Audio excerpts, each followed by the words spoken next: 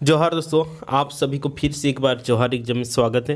दोस्तों रोजाना क्लास में फिर से आप लोग के लिए साइंस का इम्पोर्टेंट 20 क्वेश्चन लेके आया हूँ, जो कि दोस्तों आप लोग का झारखंड महिला सुपरवाइजर एग्जामिनेशन के लिए दोस्तों बहुत ही इंपॉर्टेंट रहने वाले, क्योंकि दोस्तों ये आप लोगों को प्रीवियस ईयर का क्वेश्चन है। ठीक है, ये झारखंड के जितने भी एग्जामिनेशन हुए हैं 2000 से लेकर 2023 के बीच में, ये किसी न किसी एग्जामिनेशन में ये आप लोग को आया है। ठीक है, और वही इंपॉर्टेंट क्वेश्चन आप लोग को लेके आए हैं। ठीक है, और आप लोग इस वीडियो में और ये एक चीज़ आप लोग को बताते हैं और हर वीडियो में भी बताते हैं। ठीक है, कौन सा टॉपिक इंपॉर्टेंट है। ठीक है, इसको पढ़ने से इजीली आप लोग को हो जाएगा, है ना। प्रीवियस ईयर क्वेश्चन देखने से क्या होता है दोस्तों, आप लोग आइडिया आ जाता है किस तरह का क्वेश्चन आने वाला है, नहीं आने वाला, कौन सा टॉपिक पढ़े कि हमारा थोड़ा समय में ही हम लोग अच्छा स्कोर कर सकते हैं। ठीक है, क्योंकि सिलेबस तो बहुत बड़ा रहता है ना। साइंस बोलते साइंस तो बहुत बड़ा चैप्टर है, तो अंदाजे पढ़ने से कुछ नहीं होगा। ठीक है, इसीलिए आप लोग सिस्टम से पढ़ना है, तो ही आप लोग अच्छा स्कोर कर सकते हैं। आप लोग झारखंड सुपरवाइजर में आप लोग जॉब अपना सिक्योर कर सकें। ठीक है, तो चलिए आज के क्वेश्चन हम लोग स्टार्ट करते हैं। तो आज से कोई क्वेश्चन है आप लोग का सामान्य विज्ञान, ठीक है, यानी कि साइंस। तो देखिए, क्षितिज के समीप सूर्य एवं चंद्रमा के दीर्घ वृत्ताकार दिखाई देने का कारण क्या है? अपवर्तन, प्रकाशीय भ्रम, व्यक्तीकरण, उनकी वास्तविक आकृति। तो बताइए इस प्रश्न का आंसर आप लोग क्या हो जाएगा? तो ये आप लोग का अपवर्तन है ना। ए नंबर ऑप्शन बिल्कुल से आंसर हो जाएगा। देखिए क्षितिज के समीप सूर्य तथा चंद्रमा की दीर्घ वृत्ताकार दिखाई देने वाला जो कारण होता है वो आप लोग अपवर्तन के कारण ही होता है। ठीक है, इसलिए इस प्रश्न का आंसर ए नंबर ऑप्शन बिल्कुल से आंसर हो जाएगा। नेक्स्ट नंबर की बात करते हैं हम लोग। देखिए, निम्नलिखित में से इंद्रधनुष के किस रंग का सबसे कम तरंगदैर्घ्य होता है? मतलब इंद्रधनुष में किस रंग का तरंगदैर्घ्य सबसे कम होता है? ठीक है, देखिए इंद्रधनुष से आप लोग का एक क्वेश्चन फिक्स है, आप लोग किसी भी एग्जामिनेशन में देखने को मिलेगा, है ना। कोई सा भी एग्जामिनेशन तैयारी कर रहे हैं, झारखंड सुपरवाइजर ही नहीं बल्कि जिसमें कोई भी एग्जाम कर रहे हैं जिसमें साइंस सब लोग को पूछा जाएगा, तो आप लोग का क्वेश्चन देखने को मिलेगा। ठीक है, तो ये आप लोग को बैंगनी रंग का जो कलर होता है, ये इसका तरंगदैर्घ्य सबसे कम होता है, राइट, है ना। कुछ इसका इंपॉर्टेंट फैक्ट्स के बारे में देख लेते हैं, जो कि एग्जाम ऑफ दृष्टिकोण से बहुत ही इंपॉर्टेंट रहने वाला है ना। देखिए, इंद्रधनुष प्रकाश के परावर्तन होता है। ठीक है, परावर्तन हो गया, पूर्ण आंतरिक परावर्तन, अपवर्तन, जल की बूंदों प्रकाश के वर्ण विक्षेपण के कारण बनता है। बताइए इंद्रधनुष कैसे बनता है? तो प्रकाश के परावर्तन के कारण, पूर्ण आंतरिक परावर्तन के कारण, अपवर्तन के कारण और जल की बूंदों में प्रकाश की वर्ण विक्षेपण के कारण बनता है ना। देखिए इंद्रधनुष आप लोग का जनरली 7 रंग का होता है, जिसमें आप लोग को बैंगनी हो गया, जामुनी हो गया, नीला हो गया, हरा हो गया, पीला हो गया, नारंगी हो गया, लाल हो गया, ये सबसे मिलकर बनता है ना। इन रंगों में सबसे अधिक और सबसे कम तरंगदैर्घ्य जैसे कि आप सभी को बता दिए बैंगनी का, और सबसे अधिक की बात करते तो लाल, है ना। सबसे अधिक में लाल रहेगा और सबसे कम में बैंगनी। ठीक है, इस बात को आप लोग ध्यान दीजिएगा। नेक्स्ट है, ध्वनि तरंगे कैसा होती? अनुप्रस्थ विद्युत तरंगे, अनुदैर्घ्य आंतरिक तरंगे, भूपृष्ठ तरंगे, या फिर अनुप्रस्थ विद्युत तरंगे तथा अनुदैर्घ्य आंतरिक तरंगे दोनों। तो इस प्रश्न के आंसर आप लोग का बी नंबर ऑप्शन बिल्कुल से आंसर हो जाएगा, अनुदैर्घ्य आंतरिक तरंगे। ठीक है, बी नंबर ऑप्शन बिल्कुल से आंसर हो जाएगा, राइट। देखिए ध्वनि तरंगे जो कि एक प्रकार की क्या है, यांत्रिक तरंगे अनुदैर्घ्य प्रकृति की होती है, यानी कि ध्वनि तरंग के माध्यम में संचरण माध्यम के कण का ध्वनि के चलने की दिशा में होने वाले कंपनों द्वारा होता है। ठीक है, देखिए ध्वनि एक चैप्टर ही है आप लोग फिजिक्स का, इसको आप लोग पढ़ लीजिएगा। ठीक है, देखिए कोई सा भी आप लोग को टॉपिक में अगर दिक्कत होता है ना, तो आप लोग उसको कमेंट के बॉक्स में पिनअप कर दीजिए, कमेंट कीजिए, ताकि आप लोग का उसका मैं वीडियो ला सकूं और आप लोग को समझा सकूं। ठीक है, नेक्स्ट है, देखिए निम्नलिखित में से कौन सा चंद्रमा के गुरुत्वाकर्षण के बारे में सही है? चंद्रमा के गुरुत्वाकर्षण के बारे में कौन सा ऑप्शन सही है, उसको आप लोग को बताना है।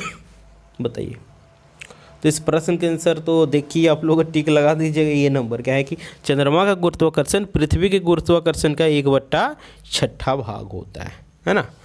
नेक्स्ट क्वेश्चन है, निम्नलिखित में से कौन गुरुत्व स्थितिज ऊर्जा का उदाहरण है? चलती हुई कार, पैर से गेंद को मारना, बांध के पीछे स्थित पानी, बंदूक से चलाई हुई गोली, तो इस प्रश्न का आंसर आप लोग का सी नंबर हो जाएगा, बांध के पीछे स्थित पानी। ठीक है, सी नंबर ऑप्शन बिल्कुल सही। आप लोग इसी तरह का प्रश्न देखने को मिलेगा, राइट। नेक्स्ट है, स्वच्छ आकाश का रंग किस फिनोमेना के कारण नीला दिखाई देता है? प्रकाश का अपवर्तन के कारण, प्रकाश का परावर्तन के कारण, प्रकाश का विवर्तन के कारण, प्रकाश का प्रकीर्णन के कारण। तो इस प्रश्न का आंसर आप लोग का डी नंबर ऑप्शन हो जाएगा, प्रकाश के प्रकीर्णन के कारण, राइट। देखिए प्रकाश एक चैप्टर फिजिक्स है, उसको आप लोग पढ़ लीजिए। नेक्स्ट है, प्राकृतिक गैस का मुख्य अवयव कौन सा है? इनमें से कौन सा प्राकृतिक गैस है उसको आप लोग छानना है। तो इनमें से आप लोग को मीथेन जो कि प्राकृतिक गैस के मुख्य अवयव है। ठीक है, नेक्स्ट है, एटम में न्यूट्रॉन की खोज किसने की? बताइए, एटम में न्यूट्रॉन की खोज किसने की? जे थॉमसन ने, चेडविक ने, रदरफोर्ड ने, न्यूटन ने। तो बताइए किसने की थी? तो ये आप लोग का चेडविक ने, जेम्स चेडविक। ठीक है, बी नंबर ऑप्शन बिल्कुल सही आंसर हो जाएगा। रदरफोर्ड ने एक परमाणु में न्यूटन के अस्तित्व को प्रस्तावित किया था, परंतु न्यूटन की खोज वर्ष 1932 ईस्वी में कौन? जेम्स चेडविक के द्वारा किया गया था। कब? 1932 ईस्वी में। नेक्स्ट नंबर क्वेश्चन है, स्टील की कठोरता प्रदान करने के लिए बढ़ाई जाती है क्या? स्टील की कठोरता को प्रदान करने के लिए क्या बढ़ाई जाती है? कार्बन की मात्रा, मैंगनीज की मात्रा, सिलिकॉन की मात्रा, क्रोमियम की मात्रा। तो क्या बढ़ाई जाती है मित्रों? तो ये आप लोग का कार्बन की मात्रा बढ़ाई जाती है, यानी कि ए नंबर ऑप्शन बिल्कुल सही आंसर हो जाएगा। देखिए, इस्पात के साथ उचित मात्रा में मिश्रक मिलाकर उसे आवश्यक कठोरता, तन्यता तथा आप लोग का सुगत्यता प्रदान की जाती।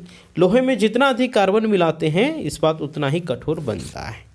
ठीक है, लोहे में जितना हम लोग इस्पात मिलाते हैं उतना ही कठोर बनता है। ठीक है, कठोरता बढ़ने के साथ उसकी भंगुरता भी बढ़ती है। ठीक है, इस बात को आप लोग ध्यान दीजिएगा। नेक्स्ट है, निम्नलिखित में से किसमें कार्बन नहीं है? देखिए 4 ऑप्शन में दिया है, उसमें से आप लोग छांट के बताना है कि किसमें कार्बन नहीं है। हीरा में, ग्रेफाइट में, कोयला में, बालों में। तो देखिए बालों में आप लोग का कार्बन नहीं मिलेगा, बाद बाकी हीरा हो गया, ग्रेफाइट हो गया, कोयला हो गया, ये सब में आप लोग को देखने को मिलेगा। ठीक है, नेक्स्ट नंबर प्रश्न की बात करते हैं। तो नेक्स्ट नंबर प्रश्न में है आप लोग का, लिक्विड पेट्रोलियम गैस यानी कि एलपीजी का मुख्य अवयव क्या है? बताइए। तो इसका आंसर आप लोग का सी नंबर हो जाएगा, ethane, propane, butane, right. C number option बिल्कुल सही आंसर। नेक्स्ट नंबर प्रश्न की बात करते हैं, निम्नलिखित गैसों में से किसकी कमरे के तापमान पर पानी में सर्वाधिक घुलनशीलता होती है? देखिए ऐसे गैस के नाम बताना है जो कि कमरे के ताप पर सर्वाधिक घुलनशील होता है।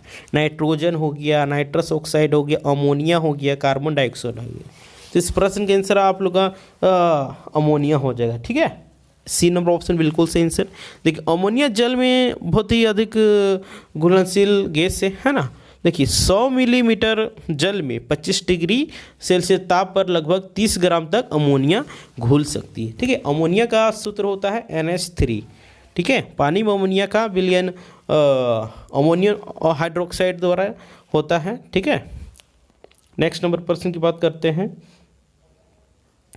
नेक्स्ट में दिया हुआ जेनेटिक्स, निम्न में से किसका अध्ययन जेनेटिक्स में किसका अध्ययन होता है? मेंडल का नियम का, जीव विकास का, DNA का, आनुवंशिकता और विचरण का। तो इस प्रश्न के आंसर आप लोग हो जाएगा आनुवंशिकता और विचरण का। ठीक है, डी नंबर ऑप्शन बिल्कुल सही आंसर हो जाएगा। ठीक है, देखिए जेनेटिक्स या आनुवंशिक जीव विज्ञान की वह शाखा है जिसके अंतर्गत जीवधारियों के आनुवंशिक लक्षणों तथा इनकी वंशानुगति तथा विचरण का अध्ययन किया जाता है ना।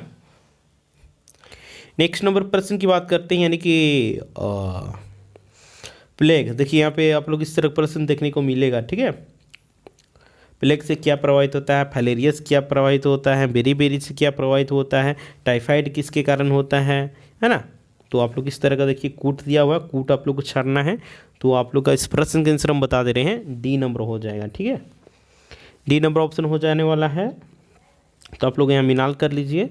और तो देखिए आप लोग का प्लेग बीमारी होता है, प्लेग बीमारी ये आप लोग का पिस्सुओं के काटने से फैलता है। ठीक है, प्लेग बीमारी किधर गया रे, प्लेग बीमारी पिस्सों के काटने से फैलता है, राइट। फाइलेरिया हो गया, फाइलेरिया आप लोग का मच्छर के काटने से फैलता है, राइट। बेरी बीमारी जो कि विटामिन बी की कमी से होता है, बेरी विटामिन बी की कमी से। टाइफाइड आप लोग को आंतों को प्रभावित करता है। टाइफाइड किसको प्रभावित करता है? आंतों को, ठीक है। आप लोग देखिए बीमारी से एक प्रश्न पढ़ लीजिएगा, बायोलॉजी का टॉपिक है, ठीक है। बीमारी, रोग, इससे आप लोग एक प्रश्न देखने को मिलेगा, ठीक है। आप लोग का बहुत जल्द इम्पोर्टेंट रोग लेके आए हैं लेके आएंगे, ठीक है। नेक्स्ट है, निम्न में से कौन सा एक फल है? इनमें से आप लोग को कौन सा फल है उसको आप लोग बताना है। आलू, मूली, भिंडी, शकरकंद। इस प्रश्न के आंसर आप लोग को हो जाएगा क्या? फल, तो शकरकंद हो जाएगा। डी नंबर ऑप्शन बिल्कुल सही आंसर हो जाएगा। नेक्स्ट नंबर प्रश्न की बात करते हैं। नाभिक के अलावा कोशिका के किस कोशिकांग में डीएनए होता है? नाभिक के अलावा कोशिका के किस कोशिकांग में डीएनए होता है? तारक केंद्र में, गल्जी उपकरण में, लाइसोसोम में, माइटोकॉन्ड्रिया में। तो इस प्रश्न के आंसर आपका डी नंबर ऑप्शन हो जाएगा, माइटोकॉन्ड्रिया, ठीक है। डी नंबर ऑप्शन बिल्कुल सही answer, mitochondria, right. Next number प्रश्न की बात करते हैं। नेक्स्ट नंबर प्रश्न में है आप लोग का, एक वयस्क मानव शरीर में जल प्रतिशत कितना होता है? यानी कि एक स्वस्थ मानव में जल की मात्रा कितना प्रतिशत होता है? 10%, 30%, 65%, 75%। तो इस प्रश्न के आंसर आप लोग का सी नंबर ऑप्शन बिल्कुल सही आंसर हो जाएगा, क्या? 65%, 65% आप लोग का एक वयस्क मानव में जल होता है और होना चाहिए, ठीक है। नेक्स्ट है, विटामिन डी का स्रोत क्या है? विटामिन डी का आप लोग स्रोत बताना है। देखिए विटामिन से भी आप लोग एक प्रश्न देखने को मिलेगा, ठीक है। नींबू, सूर्य की किरणें, संतरा, काजू। तो विटामिन डी का सबसे उत्तम स्रोत की बात करते हैं तो ये आप लोग को सूर्य की किरणें होगी, यानी कि सूर्य का प्रकाश, ठीक है। अगर डीएनए की विटामिन डी की अगर आप लोग को आवश्यकता है तो आप लोग धूप ले सकते हैं। सूर्य सुबह उठ के लीजिए, ठीक है, विटामिन डी का काम करेगा।